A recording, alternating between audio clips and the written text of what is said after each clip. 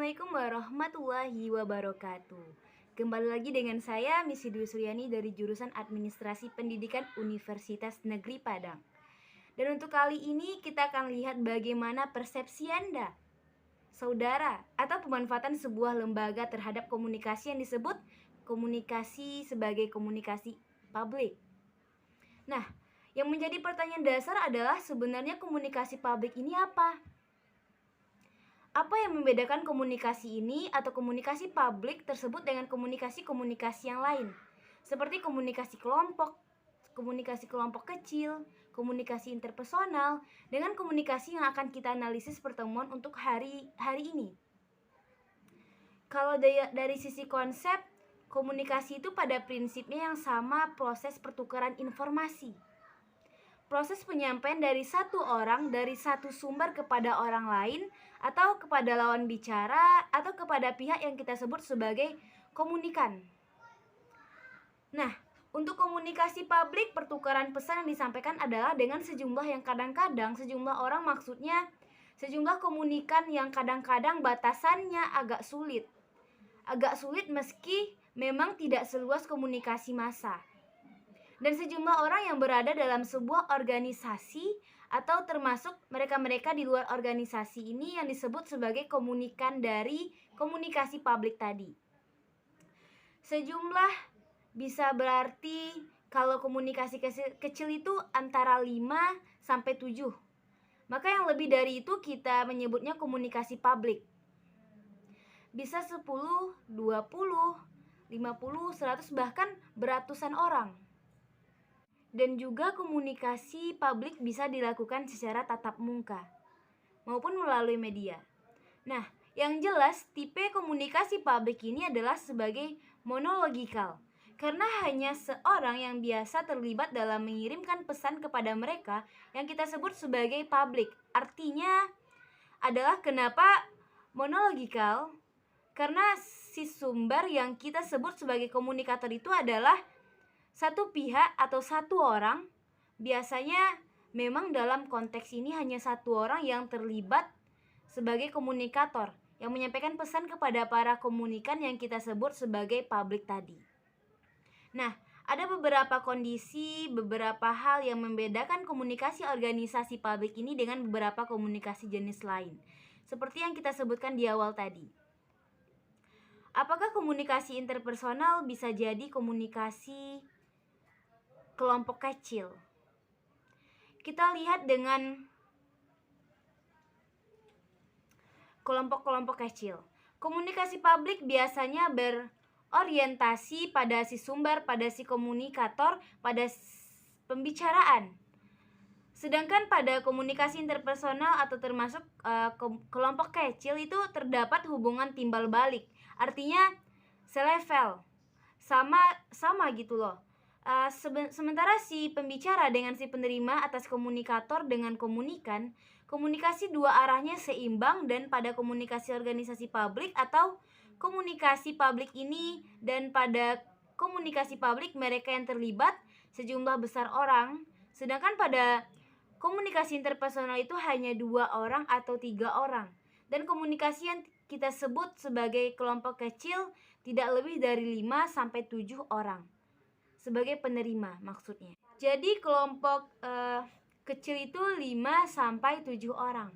Kalau kelompok interpersonal ya 1, 2 orang. Sementara komunikasi publik sejumlah orang. Apa yang membedakan yang lain antara komunikasi publik dengan komunikasi interpersonal ataupun komunikasi kelompok kecil? Selain 2 hal yang kita sebutkan tadi, yang paling jelas yang membedakan keduanya adalah bahwa pada komunikasi publik memang sangat kurang kita melihat adanya interaksi. Interaksi secara langsung antara si komunikator dengan si komunikan, antara si pembicara dengan si penerima pesan. Nah, hal ini menjadikan kurangnya interaksi secara langsung antara kedua belah pihak ini, sehingga seakan-akan si pendengar lebih hanya berfungsi sebagai penerima saja atau mendengar.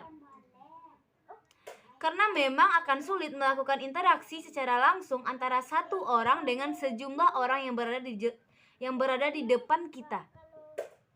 Makin banyak jumlahnya, makin orientasinya jadinya tuh feedback secara langsung antara kedua belah pihak semakin kecil.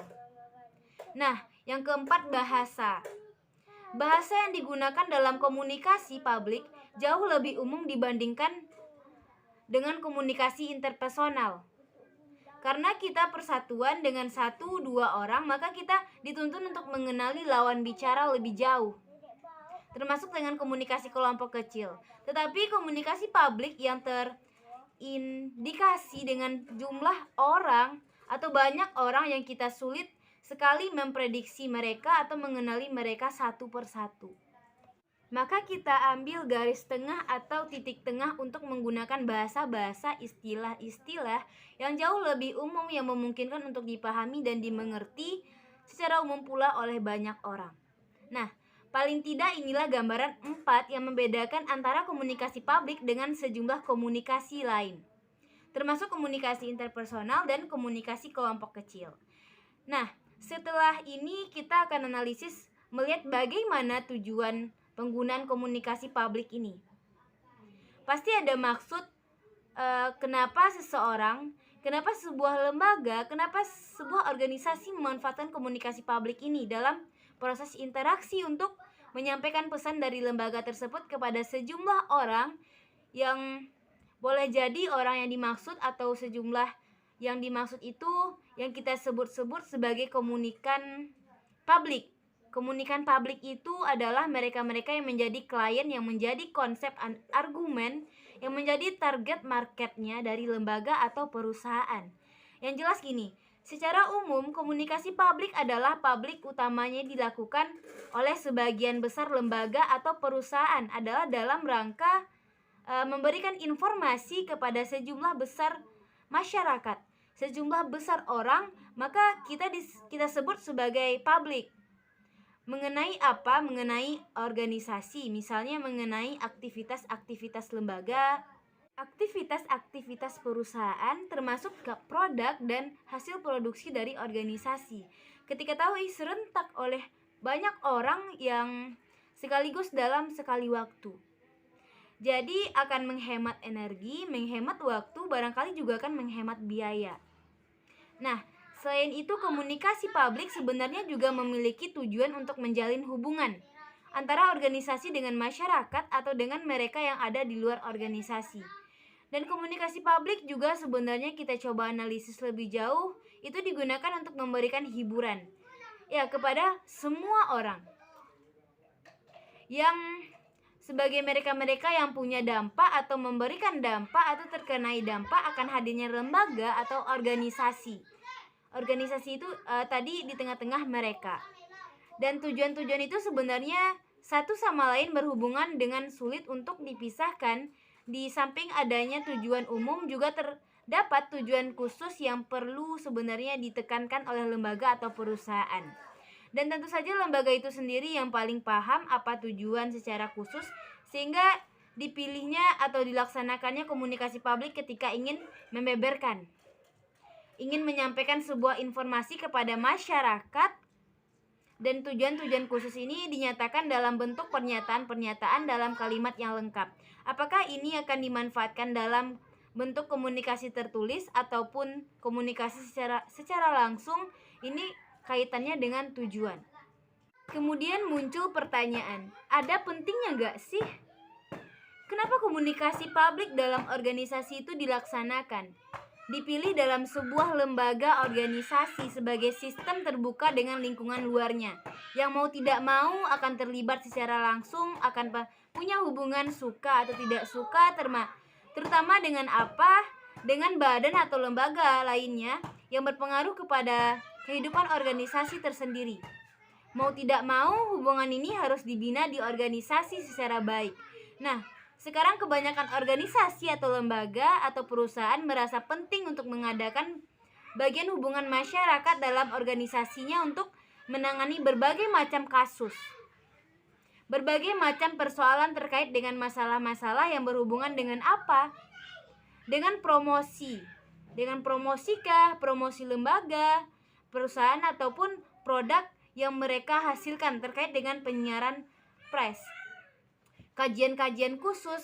Komunikasi publik tadi adalah untuk memberikan hiburan dan termasuk persoalan yang kita anggap terlalu sepele, misalnya dharma wisata. Ini penting.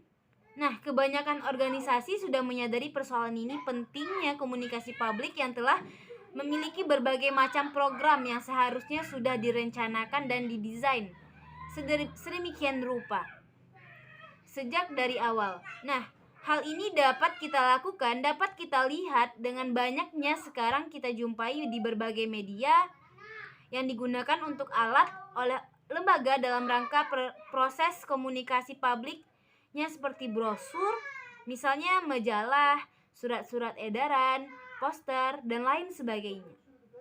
Sekarang kita coba kenali bagaimana sebenarnya langkah-langkah yang seharusnya Anda lakukan sebagai bentuk persiapan. Kalau seandainya nanti ini Anda di dalam sebuah lembaga, Anda sebagai pengambil kebijakan mengambil sebuah keputusan untuk memutuskan bahwa komunikasi publik yang dipilih untuk menjadi alat penyampaian informasi ataupun terkait dengan ihwal perusahaan atau lembaga kepada kebanyakan publik yang menjadi klien Anda. Nah, secara umum yang namanya komunikasi publik karena dia lebih kecil sekali bentuk interaksinya sehingga hampir sebagian besarnya bentuk dari komunikasi publik ini adalah presentasi. Nah, apa langkah-langkah yang mesti kita lakukan secara garis besar dalam mempersiapkan sebuah presentasi? Komunikasi publik berdasarkan analisis pendengar, jadi orientasi dari komunikasi publik harus berdasarkan orientasi pendengar. Artinya orientasi komunikasi, orientasi publik, orientasi siapa yang menjadi publiknya kita sebagai tujuan dari komunikasi itu dilakukan. Yang pertama, langkah-langkah persiapannya itu adalah si pembicara yang menjadi sumber atau komunikator dari lembaga atau perusahaan yang sudah dibentuk atau dipilih sudah harus menentukannya dengan seksama. Siapa yang menjadi pendengarnya atau siapa yang mendengarkan atau siapa yang akan menjadi publik penerima peran yang akan disampaikan tadi. Si pembicara harus menjawab pertanyaan ini sebelum idenya mengumpulkan berbagai macam data atau mempersiapkan presentasi untuk materi yang akan disampaikan. Nah, pembicara hendaknya dapat mempelajari berbagai macam cara berapa besarnya pendengar dan bagaimana latar belakang mereka, termasuk latar belakang demografis dan psikologi mereka. Setelah itu baru memilih topik yang diduga akan disukai oleh pendengar. Nah, untuk mengetahui informasi yang lebih banyak mengenai pendengar, mungkin si pembicara atau si sumber ini bisa melakukan interview awal dengan beberapa orang yang kira-kira mengetahui dan kira-kira mengenal tentang keadaan pendengar, atau mungkin membaca mengenai perspektif dari pendengar calon publik yang akan kita temui sebagai komunikannya kita nanti. Kemudian yang kedua apa? Si pembicara atau si komunikator yang sudah dipilih ini haruslah punya data, sehingga dia harus mengumpulkan sebaik mungkin data tentang si pendengarnya, data tentang si publik. Nah, setelah itu dia harus belajar tentang sikap dan karakteristik mereka. Sehingga apa? Mereka adalah orang-orang yang diprediksi bisa dikenali sehingga di pembicaraan seakan-akan menjadi bagian dari si pendengar ini. Kan kata orang, tak kenal maka tak sayang maka tak cinta. Dengan mengenali si pendengar, dengan mengenali karakteristik mereka, kita masuk dengan strategi-strategi yang mungkin cocok dengan mereka. Kemudian yang ketiga apa?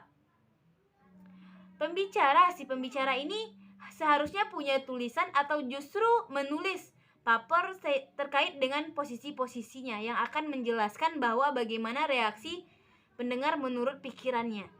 Jadi ada analisis tertulis. Ini bagi pemula, ini penting. Kalau memang sudah punya pengalaman yang banyak, ya is okay. Tapi paling tidak jika memulai, kita perlu analisis tertulis sehingga kita tahu data dalam proses ini. Kita harus melakukan apa ketika kondisi ini terjadi, dan kita akan masuk dengan cara apa. Selain itu, langkah-langkah yang harus dipersiapkan adalah berdasarkan informasi pada apa yang kita tuliskan itu dari sumber-sumber yang kita peroleh. Hendaknya kita punya garis-garis atau membuat garis-garis atau poin-poin dari inti dari konten yang akan kita perbincangkan. Poin 1,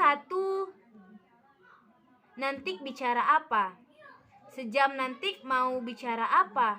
Karena semua orientasi itu ada di kita, si pembicara. Waktu akan lebih banyak ada di kita. Ya karena memang tidak tingkat reaksi saling TikTok dalam komunikasi. Tidak akan terjadi lebih banyak orientasinya pada kita sebagai sumber utama. Jadi kalau kita coba simpulkan, sebenarnya langkah-langkah apa yang kita lakukan sebagai bentuk persiapan dari komunikasi publik yang akan kita lakukan. Sebelum itu, dalam proses eksekusinya artinya secara umum sama dengan komunikasi pada umumnya. 1. Ada tuntutan bahwa kita harus punya produk knowledge yang baik tentang apa yang akan kita sampaikan, dan semuanya itu didesain atau ditulis. Ada poin-poin khusus nanti. Saya akan bicara apa di jam berapa, bagian sini nanti akan ngomong apa. Dan yang kedua adalah mengenal dengan cukup baik siapa yang menjadi target, siapa yang akan menjadi publik, sehingga karakteristik mereka kita bisa dalamin, mereka kita bisa pahamin, sehingga komunikasi yang terjadi kita bisa masuk dalam konteks ihwal berdasarkan siapa yang menjadi target dari pendengar. Jadi secara umum komunikasi itu sama saja. Untuk bisa efektif kita harus masuk ke areal calon pembicara kita, calon pendengar kita. Semakin kita kenal dengan mereka, semakin kita tahu akan masuk dengan strategi dan cara komunikasi yang bagaimana. Sama saja misalnya berbicara dengan anak kecil gimana, bicara dengan orang yang lebih muda gimana, dengan orang yang lebih tua, berbicara dengan orang yang berkonsekuensi tertentu dan kemampuan dan dengan keterbatasan tertentu. Ada sesuatu, ada strategi yang meski kita desain, kita rubah. Nah, penyampaian komunikasi publik ada masalah, ada yang mesti kita pikirkan, di mana persiapan presentasi yang baik itu hendaklah diikuti dengan cara penyampaian yang baik pula, sehingga memungkinkan komunikasi itu menjadi lebih efektif dilakukan. Dan ini yang sering kali dilupakan oleh banyak orang. Dan kualitas penyampaian presentasi dalam proses persiapan, apakah secara lisan ataupun tertulis, ditentukan oleh pesan yang sengaja dimaksudkan oleh pesan yang tidak sengaja. Pesan yang sengaja atau pesan yang tidak sengaja didesain sedemikian rupa sehingga dalam proses penyampaian kepada publik menjadi lebih jelas. Sehingga memang sudah ada kop-kop yang dipersiapkan oleh kita.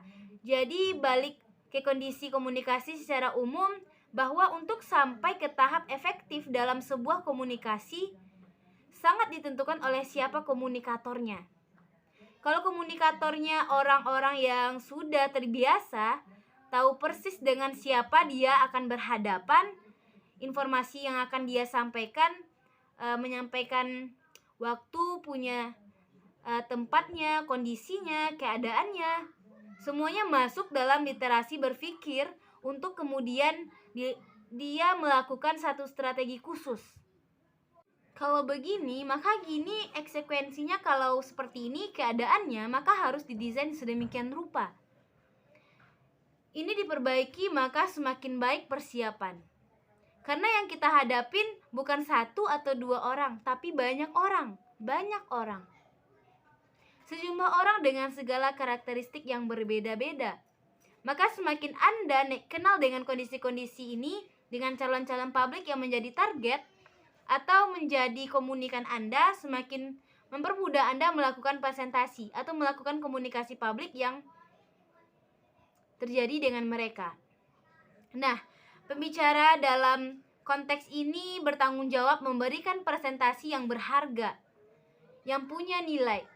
Dan areal ini memungkinkan atau memaksa si pembicara untuk bertanggung jawab menyampaikan presentasinya, ide-idenya, informasinya seefektif mungkin. Dan untuk menyampaikan presentasi lisan secara langsung, ada banyak hal yang mesti dipersiapkan dan diperhatikan. Ada beberapa hal yang mesti diperhatikan, yang harus dipersiapkan, bahkan yang harus dilakukan oleh si pembicara dalam komunikasi publik. Dan ini memang harus dipertimbangkan sedemikian rupa. Yang pertama adalah persoalan kontak mata. Dan ini sebenarnya juga strategi secara umum dengan komunikasi siapapun interpersonal, kelompok kecil, komunikasi massa, yang pembatas calon pendengarnya atau publik. Komunikasi publik secara umum juga sama. Kontak mata dengan sejumlah orang kita memang tidak dituntun untuk one by one, satu persatu. Tapi kontak mata sebagai bentuk interaksi kita dengan mereka, kalau bisa artinya ada satu bagian mereka yang duduk di depan, yang duduk di tengah, yang duduk di belakang, itu tetap kita sorot sebagai bentuk bahwa kita memperhatikan mereka. Nah, kontak mata ini adalah teknik komunikasi nonverbal, sehingga memang dimanfaatkan hampir di seluruh bentuk komunikasi demi mencapai titik klimak dari efektivitas komunikasi yang diinginkan, yang kita inginkan. Nah, salah satu bentuk komunikasi nonverbal yang kita manfaatkan melalui kontak mata ini sangat membantu sebenarnya. Membantu kita sebagai pembicara dalam menjelaskan berbagai macam ide kepada pendengar untuk menyampaikan bahwa inilah pentingnya, ini perlunya. Maka melalui kontak mata ada sesuatu yang kita sampaikan, please, ini yang harus kita tekankan. Itu akan berbeda ketika mata kita tidak berbicara sama sekali, kosong. Apalagi tidak memberikan sentuhan kepada pendengarnya. Kita pada saat presentasi dilakukan, nah, di samping mempunyai kekuasaan yang membujuk ini, persoalan kontak mata ini, membujuk kontak mata juga membantu kita menjaga perhatian mereka. Seenggak-enggaknya kita bisa tahu pada saat kapan kita sebenarnya sudah ditinggalkan oleh pendengar kita. Jangan terlalu pede untuk meyakinkan bahwa orang akan selalu memperhatikan dalam klimak waktu yang sangat panjang. Secara psikologi, manusia itu punya keterbatasan untuk bisa fokus pada seseorang, apalagi ketika yang menjadi pembicara tidak terlalu menarik. Apakah menarik dari sisi tampilan, menarik dari sisi voice, apalagi menarik tidaknya tergantung pada poin-poin yang dibicarakan atau yang disampaikan. Jadi kontak mata membantu kita menjaga perhatian pendengar pada saat kapan kita masih proyek untuk kemudian memberikan satu konteks tersebut untuk mengairkan kembali supaya keadaan tetap enak, tetap terjaga, bahwa komunikasi ini masih aman. Apakah melalui tanya jawab atau ya tergantung strategi kepada si pembicara, untuk kemudian setelah refresh diulang kembali atau dilanjutkan kembali tentang apa yang kita presentasikan.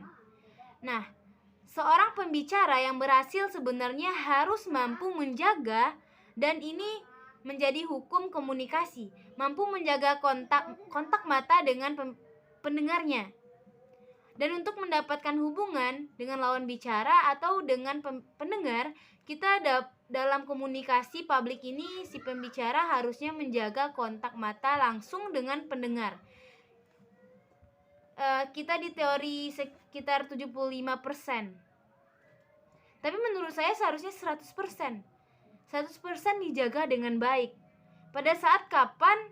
Pada saat orang sudah mulai meninggalkan perhatiannya, ketika dengan mengontrol sudah teralih perhatiannya dengan melakukan hal-hal tertentu, keluar masuk sudah sangat banyak, atau sudah mulai menguap, mengantuk, segala macam. Pada saat itu menjadi indikasi kita untuk melakukan sesuatu.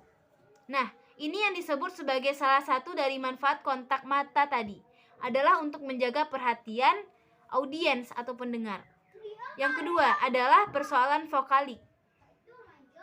Dan ini terkait dengan kecepatan berbicara, modulasi, nada suara, irama suara, dan ini sangat penting.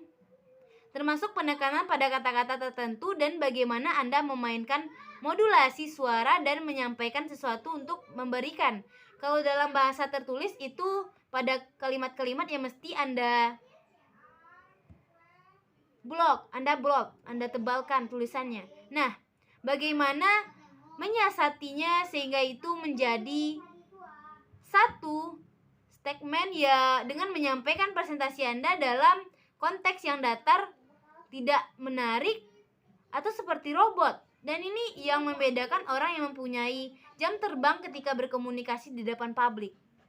Ketika ada di depan audiens, kemampuan public speaking untuk bisa meyakinkan orang melalui vokalik dengan suara yang enak didengar, kecepatan berbicara yang tepat, dengan nada dan irama yang enak, ini seperti bernyanyi. Karena sebuah lagu itu dinamikanya sangat luar biasa. Ada yang sangat rendah, ada yang halus, tinggi, rendah. Tiba-tiba kita diayunkan, dan itu yang membuat rasa itu menjadi muncul. Karena mustahil sebuah lagu atau sebuah nyanyian itu dengan irama yang begitu aja dari A sampai selesai, baik selesai itu aja iramanya. Seperti itu, justru sebenarnya presentasi atau sebuah komunikasi yang enak persis seperti sebuah lagu. Walaupun kita berbicara dan berkomunikasi itu juga adalah sebuah seni. Jadi semakin piawai seseorang, semakin tinggi jam terbangnya, semakin nyaman dan semakin enak buat kita mendengarkan. Dan yang ketiga, persoalan ketepatan. Nah, kadang-kadang satu presentasi atau sebuah presentasi yang disampaikan oleh seseorang dalam situasi informal misalnya, atau dalam suasana rileks, maka penyampaian presentasi hendaknya disesuaikan dengan situasi itu, begitu juga sebaliknya. Dan jam-jam sulit, jam siang, pada saat orang barangkali belum semuanya bisa menikmati makan siangnya, jam-jam ngantuk, jam-jam tertentu, apa yang harus dilakukan supaya tetap mendapatkan rasa perhatian dan keinginan untuk mendengarkan kita. Jadi tidak bisa kadang-kadang kita presentasi saat pagi, siang. Nah, ini akan berbeda jam siang yang panas, barangkali orang masih lapar, emosian tidak stabil, akan berbeda dengan presentasi dilakukan pada malam hari atau pagi hari. Pada saat semangat orang masih tinggi, tuntunan presentasi pada jam-jam kritis itu 2 kali lipat membutuhkan energi dan strategi dalam menyampaikan presentasi. Nah, sebagai pemula barangkali seringkali terlupakan atau tidak dipikirkan. Kita cenderung kalau yang pemula itu lebih memikirkan bagaimana inti atau konten dari presentasi saja. Bagaimana ini bisa disampaikan secara cepat dan selesai, tanpa memikirkan dalam kondisi apa pada fokus utamanya untuk bisa sampainya pesan itu. Efektifnya komunikasi, sampainya informasi yang kita inginkan, yang kita utarakan tergantung pada pengenal kita, siapa audiensnya, dan kapan komunikasi itu disampaikan. Semuanya pengaruh satu sama lain. Artinya banyak yang memang dipikirkan, banyak yang harus dipersiapkan. Karena satu-satu malah saling memberikan pengaruh terhadap efektivitas komunikasi yang kita berikan. Dan yang terakhir adalah soal perencanaan. Ingat, perencanaan kunci strategi terbaik dalam sebuah komunikasi, dalam mendesain rencana komunikasi secara tepat dan detail. Oleh karena itu sebelum menyampaikan presentasi kita atau Anda seharusnya terlebih dahulu membuat perencanaan yang matang. Misalnya dalam memilih topik yang tepat, mendesain dalam mengenal mereka, kapan komunikasi dilakukan, dan seharusnya bagaimana eksekusi yang Anda buat. Berapa lama Anda melakukan, kapan tanya jawab diberikan, didesain sedemikian rupa. Kalau bicara kalau ini terjadi, maka ini yang harus Anda lakukan. Kalau ini terlupakan, maka ini yang harus Anda perbaiki. Baik, cukup sekian presentasi dari analisis saya saat ini. Mudah-mudahan cukup baik dan bermanfaat untuk kita semua. Saya Missy Dwi Suryani, pamit. Wassalamualaikum warahmatullahi wabarakatuh.